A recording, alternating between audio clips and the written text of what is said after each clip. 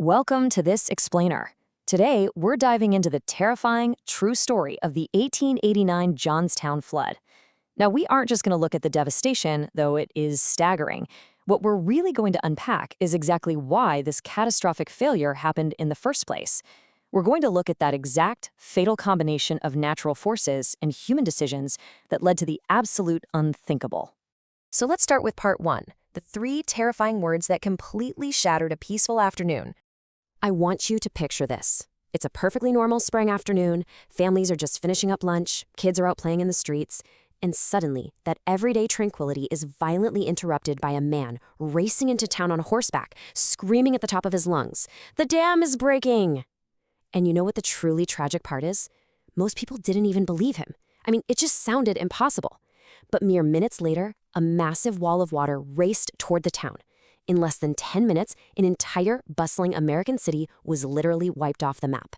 It remains one of the deadliest disasters in U.S. history.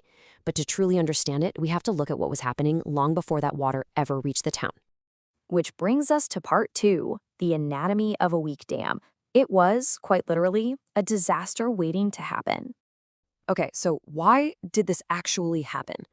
Well, to figure that out, we have to step back in time to 1889 and look high above the narrow river valley of Johnstown up to the massive South Fork Dam holding back Lake Conemaugh.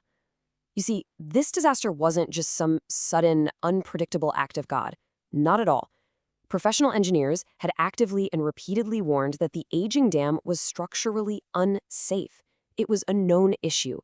Yet the wealthy owners of the dam completely ignored those expert warnings. When they finally did authorize some maintenance, they repaired it as cheaply as humanly possible, arrogantly believing the dam would never actually fail. It was just this fatal, toxic combination of neglected infrastructure and sheer human hubris. Let's move to part 3, the breaking point. May 31st, 1889. The stage was already set by years of those penny-pinching repairs and ignored warnings, right? And on this fateful day, the bill finally came due.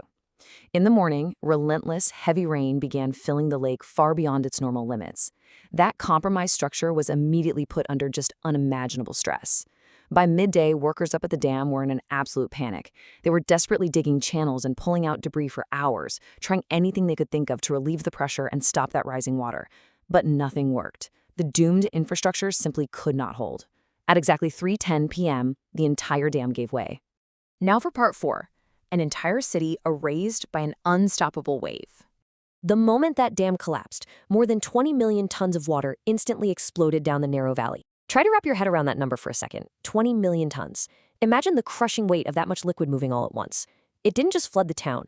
It acted like a giant liquid bulldozer. In a matter of seconds, it swept away heavy passenger trains, snapped massive steel bridges, flattened robust factories, uprooted huge trees, and worst of all, it swept away entire families.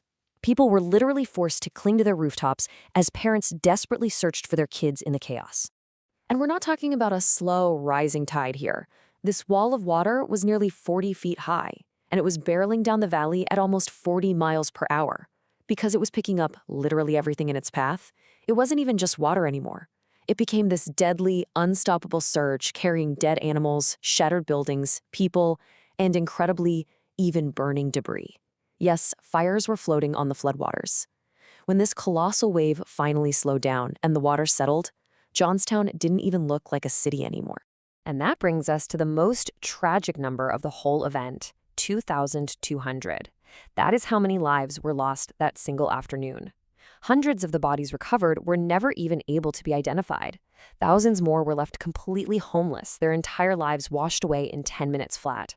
The sheer magnitude of the suffering actually triggered one of the very first major national relief efforts in the country. It was led by Clara Barton and the newly formed American Red Cross, who rushed in to provide whatever aid they could to the traumatized survivors. Which leads us to part 5. Who is to blame? Let's talk about the aftermath and the accountability.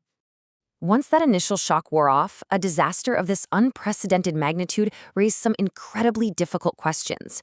The burning question on everyone's mind became, could this tragedy have been prevented? Well, given the engineers' repeated warnings about the neglected infrastructure, the answer was a resounding yes. It was entirely preventable. Yet shockingly, when the investigations finally concluded, no one, Absolutely no one was ever held legally responsible for the disaster. The owners who prioritized cheap repairs over safety and completely ignored the experts, they faced zero legal consequences.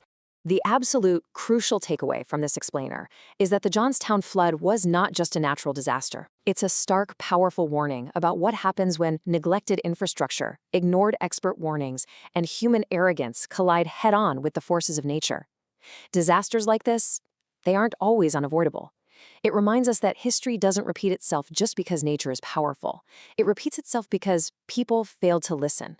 So, looking around at the aging infrastructure in our own world today, are we absolutely sure we're listening to the warnings now?